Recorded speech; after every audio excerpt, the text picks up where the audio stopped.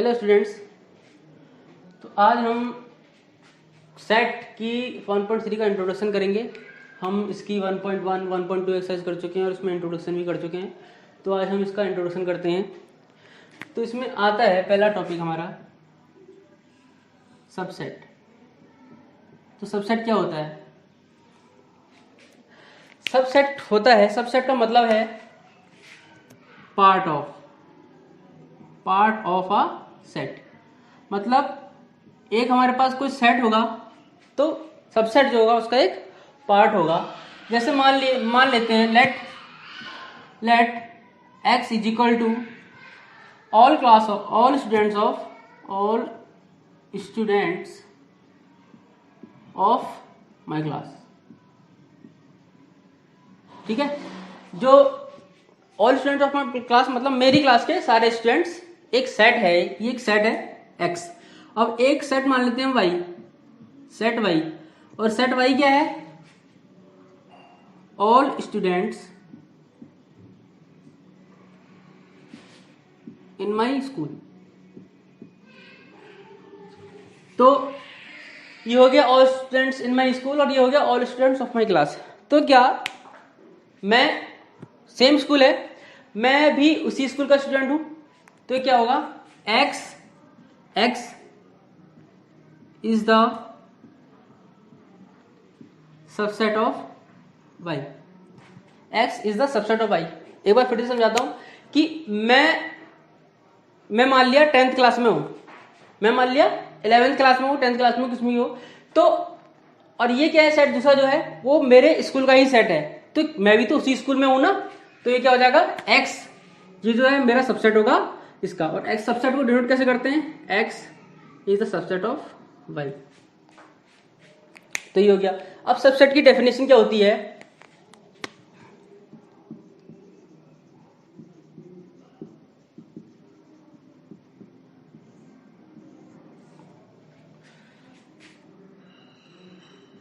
A is said to be the subset of B।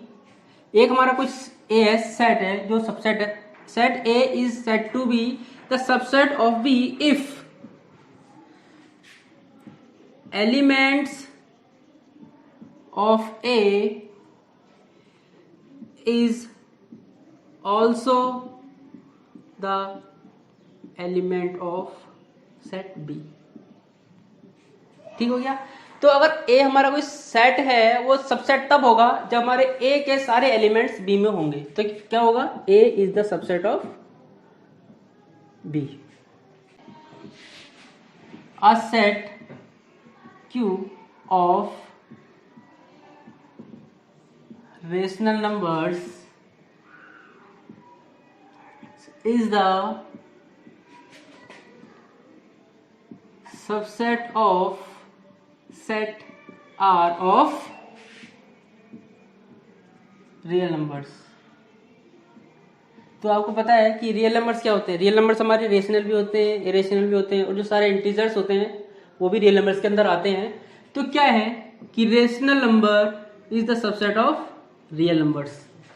Second आता है late A is the set of all divisor of 56। ठीक है, A एक set है जिसमें 56 के डिवाइजर हैं। And set B is the prime divisor of 56। तो सेट ए में तो 56 के हर एक डिवाइजर है उसके अंदर, और बी में 56 के केवल प्राइम डिवाइजर हैं। तो क्या हम ऐसा कह सकते हैं B is the subset of A? B is the subset of A क्योंकि ए तो सब है और बी क्या है? केवल प्राइम डिवाइजर। बी में केवल क्या आएगा? 2 and 7 आएगा, और 56 ए में क्या आएगा? 1, 2 और 7 दोनों आएंगे। तो क्या हो जाएगा? A is the subset of B. ये क्या हमारा बी है और ये क्या है? हमारा ए है। तो क्या होगा, B is the subset of A. अब आता है हमारा थर्ड, देखते हैं कि let set A is equal to 1, 3 and 5 and B is equal to X such that x is the odd natural numbers less than 6। तो ए तो हमको पता है कि 1, 3 और 5 है। अब b इज इक्वल टू क्या होगा, जब इसको हम रोस्टर फॉर्म में लिखेंगे तो क्या आएगा, ऑड नेचुरल नंबर, तो क्या आएंगे 1, 3, 5। तो हम इसको क्या लिख सकते हैं, A is the subset of B and B is the subset of A और A is equal to B। देखिए अगर कोई दो सबसेट इक्वल हैं तो A भी B का सबसेट होगा और B भी A का सबसेट होगा, वो दोनों सबसेट होंगे एक दूसरे के, और A is equal to B हो गया। अब last, let A is equal to एक सेट है हमारा A E I O U and B is equal to A B C D। ये हमारे कोई दो सेट हैं, तो क्या A सबसेट है B का, क्या A B का सबसेट है, क्या A के सारे एलिमेंट B के अंदर हैं, नहीं है।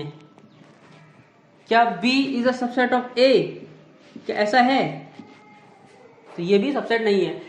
A के सारे एलिमेंट अगर B के अंदर होते तो A is the subset of B होता, और अगर B के एलिमेंट सारे A के अंदर होते तो B भी A का सबसेट होता, तो ये A और B का सबसेट नहीं है। अब एक कंडीशन आती है, if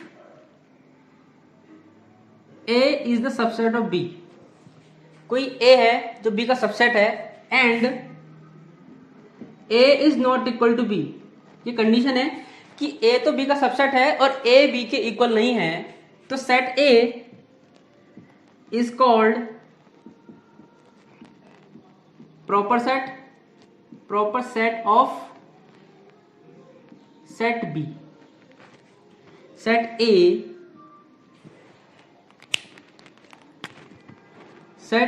A is called proper set of B and set B is called superset of A। तो क्या होगा, अगर A सबसेट होगा B का और A B इक्वल नहीं होंगे, मतलब क्या है कि A के सारे एलिमेंट B के अंदर होंगे और B के सारे एलिमेंट नहीं होंगे, मतलब B हमारा बड़ा सेट होगा। तो A क्या होगा हमारा, A प्रॉपर सेट होगा और B क्या होगा हमारा, सुपर सेट होगा। तो एक एग्जांपल देख लेते हैं, 1 2 3 4 A is equal to and B is equal to ले लेते हैं हम 1 2 3 4 5 6 एंड 7। ठीक है, तो A is the subset of B है, A B का सबसेट है क्योंकि A के सारे एलिमेंट B के अंदर हैं। A के सारे एलिमेंट 1 2 3 4 1 2 3 4 B के अंदर हैं, और क्या है कि A is not equal to B, A हमारा B के इक्वल नहीं है, तो A is the proper set of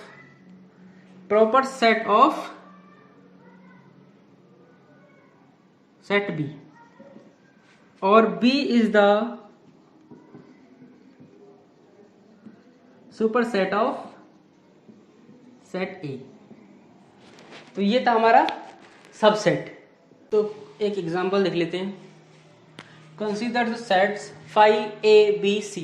हमको सेट दिए गए हैं, इंसर्ट द सिंबल सबसेट और सबसेट नोट का सिंबल लगाना है इन दो सेट के बीच में। तो पहला क्वेश्चन है, फाई और बी के बीच में रिलेशन बताना है कि क्या फाई बी का सबसेट है। तो आप आंख बंद करके लगा सकते हैं कि फाई किसी भी सेट का सबसेट होता है। फाई हमने बताया था कि एम्प्टी सेट होता है, और फाई किसी भी सेट का एक सबसेट होता है। तो ये हमारा हो गया phi is the subset of B. A और बी के बीच में रिलेशन बताना है। देखिए 1 3, क्या 1 तो है लेकिन 3 नहीं है, तो A is not the subset of B। समझ में आया कि A के सारे एलिमेंट B के अंदर होने चाहिए थे, 1 तो है लेकिन 3 नहीं है, तो A is not the subset of B। अब A और C के बीच में रिलेशन बताना है, 1 है, 3 भी है, तो A is the subset of B, क्योंकि A के सारे एलिमेंट्स C के अंदर हैं, तो A is the subset of C। अब हमारा चौथा क्वेश्चन आता है, B और C के बीच में रिलेशन बताना है, 1 है, 5 भी है और 9 भी है, तो B is the subset of C। समझ में आ गया होगा ये। नेक्स्ट एग्जांपल है, लेट A एंड B, दो सेट दिए गए हैं, उसमें पूछा है is A is the subset of B, क्या A B का सबसेट है। पहले ही पूछना है कि A B का सबसेट है या नहीं, अगर नहीं है तो क्यों नहीं है, ये भी हमको बताना है। और बोला है is B the subset of A, क्या B A का सबसेट है, तो ये बताना है, और बताना है अगर नहीं है तो भी ये भी बताना है कि वो क्यों नहीं है। तो देख लेते हैं, A इज इक्वल टू हमको गिवन है AEIOU and B is equal to given है हमको ABCD। तो देखिए A is the subset of B, अगर A B का सबसेट होगा तो A के सारी एलिमेंट B के अंदर होने चाहिए। क्या देखो, A belongs to A and A belongs to B, ये ठीक है, यहां तक तो ठीक है। E belongs to A, E belongs to A and E does not belongs to B, क्या E B के अंदर है। देखिए सबसेट होने के लिए A के सारे एलिमेंट B के अंदर होने चाहिए। I belongs to A and I does not belongs to B. O belongs to A and O does not belongs to B. U belongs to A and U does not belongs to B. तो ये हो गया हमारा, इससे हम क्या करेंगे, A is not the subset of B. A B का सबसेट नहीं है क्योंकि A के सारे एलिमेंट B के अंदर नहीं है।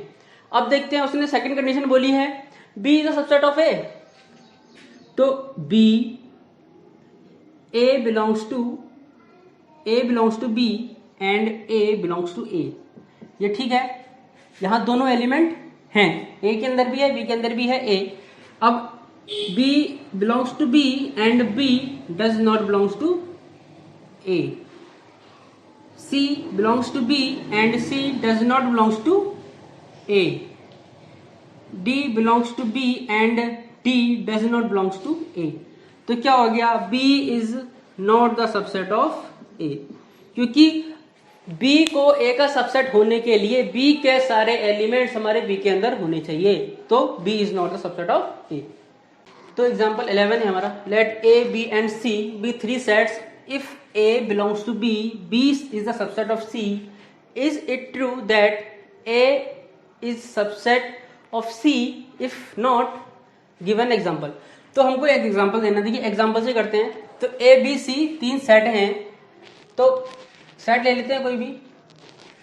मान लिया हमने सेट ले लिया A इज इक्वल टू 1, ये एक सेट है, ये एक सेट है, A एक सेट है, और B हमने ले लिया कोई भी एग्जाम्पल। देखिए पहले हमको कंडीशन देखनी पड़ेगी, A बिलोंग्स टू B। देखिए belongs to B, A belongs to B और A is a subset of B। देखिए अब अगर हमको A को B के अंदर बिलोंग कराना है तो एक सेट है, तो B सेट के अंदर A को पूरा सेट होना पड़ेगा। देखिए अगर हम B लिख रहे हैं कुछ भी, तो एक सेट को पूरा अंदर रहना पड़ेगा। इसका मतलब क्या है कि ये सेट जो है वो सेट एक एलिमेंट की तरह काम करेगा अंदर। तो हमने एक लिया था तो 1 आएगा, कोई और एग्जांपल ले लेते हैं 2 3। तो हमने ये मान लिया B, तो A बिलोंग्स टू B के अंदर हमारा सेट A B के अंदर बिलोंग करना चाहिए। तो सेट हमारा B के अंदर बिलोंग कर रहा है, तो ये हो गया हमारा A बिलोंग्स टू B। तो B हमने ये एग्जांपल ले लिया 1 2 3। और कोई एग्जांपल ले लेते हैं हम, B बिलोंग्स टू C।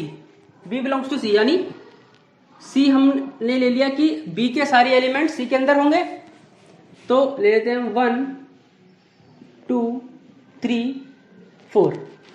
ये कोई एग्जांपल ले लिया हमने, ए बी सी हमने 3 सेट ले लिए, कंडीशन हमने ये लगाई कि ये सेट ए जो है वो बी के अंदर बिलोंग करना चाहिए, बी के अंदर बिलोंग कर रहा है, और बी जो सेट है वो सी के अंदर बिलोंग करना चाहिए।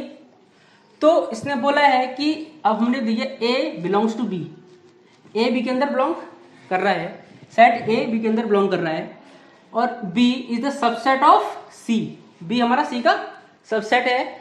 तो क्या बोला है, क्या A is a subset of C, subset का साइन भी सी की तरह लग रहा है, सी, क्या A is the subset of C? देखिए सबसेट होने के लिए हमको एलिमेंट नहीं पूरा सेट होना चाहिए। देखिए सी के अंदर क्या है, सी है हमारा 1 2 3 4, और सेट ए क्या था हमारा, ए, सेट ए हमारा 1, ठीक है। तो इसके लिए हमको ये पूरा सेट ये एलिमेंट की तरह काम कर रहा है अभी यहां पर।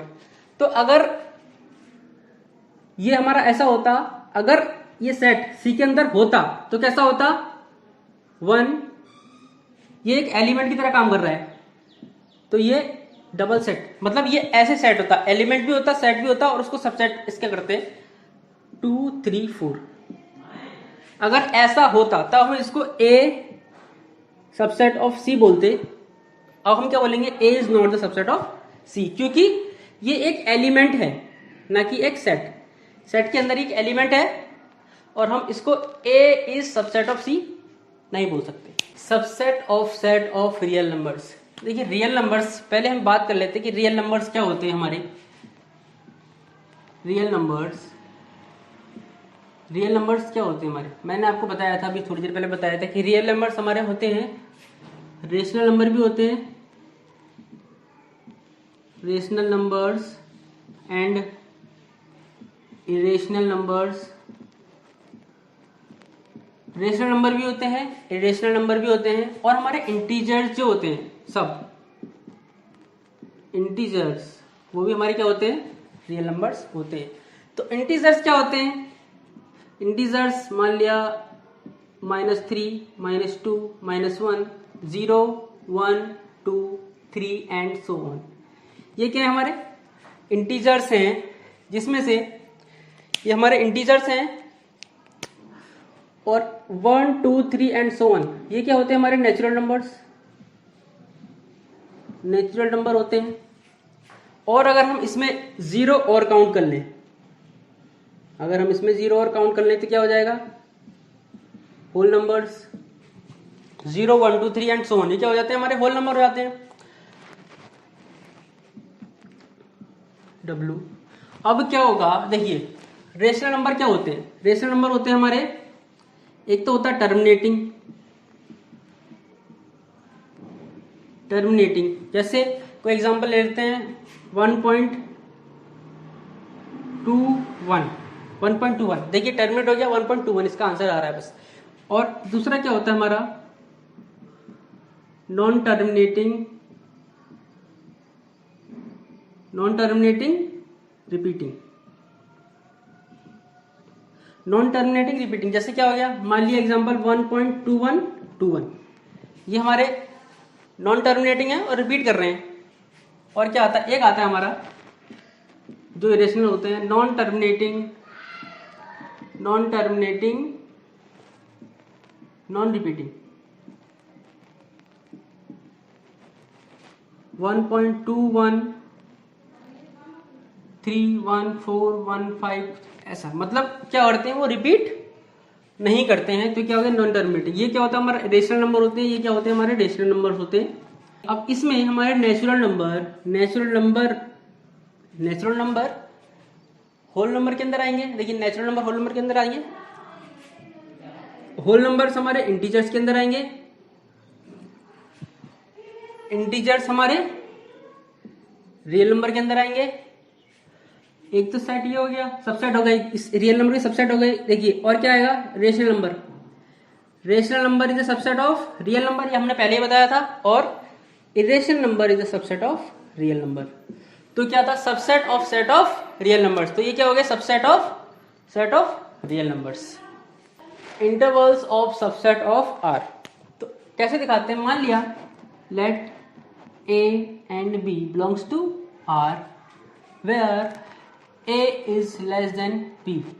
तो कैसे लिखते हैं, मान लिया X such that A less than X B, ये मान लिया एक सेट है। तो देखिए A और B, हमारा X जो है A और B के बीच में लाई करता है, ना A होगा ना B होगा। कोई एग्जांपल लेते हैं, जैसे मान लिया A और B ना लेके हम ले लेते हैं कि ये 1 और 4, 1 और 4 मान लिया, यहाँ 1 लेस देन 4, ठीक है। तो 1 4, तो हमारा क्या होगा, x 1 और 4 के बीच में होगा ना, 1 होगा जिसमें 1 भी नहीं होगा, तो क्या करेंगे, इसको ओपन ब्रैकेट से लिखते हैं 1 and 4, 1 and 4। इसका मतलब क्या है कि हमारा जो सेट है इसमें 1 भी नहीं होगा 4 भी नहीं होगा, उनको तो क्या करते हैं, इसको एक्सक्लूसिव सेट, यानी 1 एक्सक्लूडिंग एंड 4 ऑल्सो एक्सक्लूडिंग, यानी इस सेट को हमने, ये ब्रैकेट लगे होंगे मतलब इसमें दोनों एलिमेंट को इंक्लूड नहीं किया जाएगा। अगर ये ऐसा होता x such that 1 less then and equal x less then and equal 4, तो इसको हम कैसे करते हैं 1 4, जिसमें हमारे क्या होते हैं 1 इंक्लूडिंग एंड 4 ऑल्सो इंक्लूडिंग। तो 1 और 4 इसमें दोनों को इंक्लूड किया जाएगा। और अगर ये ऐसा होता x such that 1 less than equal to x 4, तो इसको कैसे लिखते, देखिए हमारा इसमें ये इक्वल आ रहा है, मतलब 1 करेगा लाइन लेकिन 4 नहीं करेगा, तो इसको कैसे लिखेंगे 1 4, तो उसके अकॉर्डिंग ब्रैकेट बंद किया जाएगा। देखिए अब यहां पर इक्वल नहीं है तो हम ब्रैकेट बंद कर देंगे ऊपर वाला, जिसमें ये वाला एलिमेंट इंक्लूड नहीं हो रहा था। तो इसमें क्या होगा 1 इंक्लूडिंग बट 4 एक्सक्लूडिंग। हमने 1 तो इंक्लूड किया लेकिन 4 इंक्लूड नहीं किया।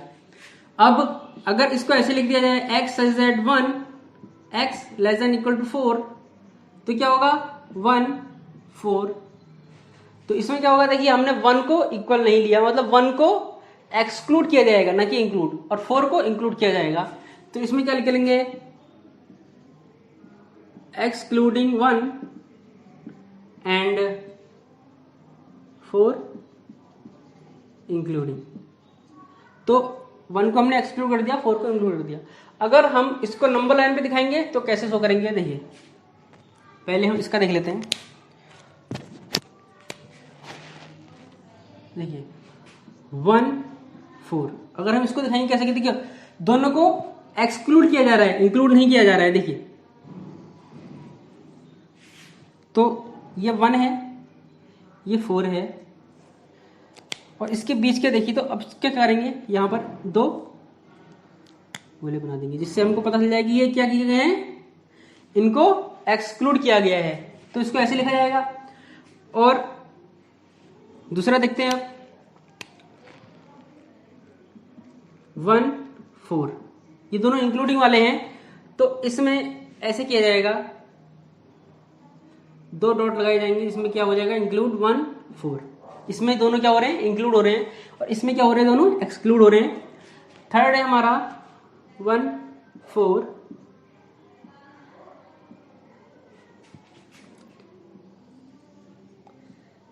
इसमें हमारा 1 इंक्लूड हो रहा है, 4 क्या हो रहा है, एक्सक्लूड हो रहा है। तो इसको हम एक डॉट से बना देंगे। लास्ट है हमारा 1 4, इसमें हमारा 1 एक्सक्लूड है और 1 एक्सक्लूड है, 4 इंक्लूड है। तो ये कैसे हो जाएगा, ऐसे। तो इनको ऐसे डिनोट किया जाता है। ये था interval of subset of R real number. Power set, power set क्या होता है? The collection of all subset of set A is called the power set of set A। देखिए क्या है कि अगर हमारा कोई सेट है तो उससे कितने सबसेट बन सकते हैं, जितने सबसेट बनेंगे उसको हम क्या कहते हैं? Power set. तो मान लिया एग्जांपल ले लिया A इज इक्वल टू 1 2, तो इससे कितने सबसेट बनेंगे? देखिए एक मैंने बताया था कि 5 जो एम्प्टी सेट होता है वो हर किसी सेट का सबसेट होता है। और क्या हो सकता है? देखिए इससे एक 1 सबसेट बन जाएगा और एक क्या बन जाएगा? एक 2 सबसेट बन जाएगा और एक सबसेट क्या बन जाएगा? एक खुद सबसेट बन जाएगा 1 2। देखिए हर एक एलिमेंट का सबसेट, मतलब इससे जितने सबसेट बनाए जा सकते हैं वो क्या होता है? हमारा power set. The collection of all the subset of set ए, एक सेट से हमने जितने भी सबसेट हम बना सकते हैं वो क्या होता है? हमारा पावर सेट होता है। तो इसको कैसे करते हैं? देखिए पता कैसे करेंगे कि हम कितने पावर सेट बना सकते हैं? तो पी ए, इसको P A denote, P A से डिनोट किया जाता है, यानी power set of set A is equal to 2 raise to power m। 2 raise to power m, देखिए कितने एलिमेंट है? m is equal to number of elements, तो 2 raise to power 2 is equal to 4।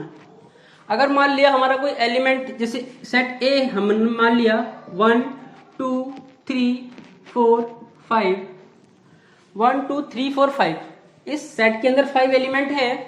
तो अगर हम पी ए निकालेंगे तो क्या निकालेंगे? 2 raise to power m is equal to number of elements in set A is equal to 5, तो 2 raise to 5 is equal to 32। तो इस सेट ए से 32 पावर सेट्स बनाए जा सकते हैं। तो क्या हो गया हमारे पावर सेट। अब आता है हमारा यूनिवर्सल सेट। तो यूनिवर्सल सेट क्या होता है? A set contains all the set, a set contains all the set in a given context is called universal set. तो क्या होगा? एक ऐसा सेट जिसमें हर एक सेट को उस सेट के अंदर ला दिया जाए। जैसे मान लिया कोई एग्जांपल ले लेते हैं हम, a is equal to 1 2 3 and b is equal to 4 5 6 7 and c is equal to 3 4 6 7 8 and 9। ये कोई हमारे सेट है। तो यूनिवर्सल सेट क्या हो जाएगा इसका यूनिवर्सल सेट क्या हो जाएगा? जिसमें हमारे इसके सारे एलिमेंट इस सेट के अंदर होने चाहिए। देखिए 1 2 3, 1 2 3 तो आएगा। देखिए 4 5 6 7, अब देखिए 3 4 आ चुका है, 6 7 भी आ चुका है, 3 4 6 7 8 9। तो ये क्या हो गया? हमारा एक यूनिवर्सल सेट जिसमें ए बी सी के सारे एलिमेंट यूनिवर्सल सेट के अंदर होंगे। तो ये क्या था हमारा यूनिवर्सल सेट।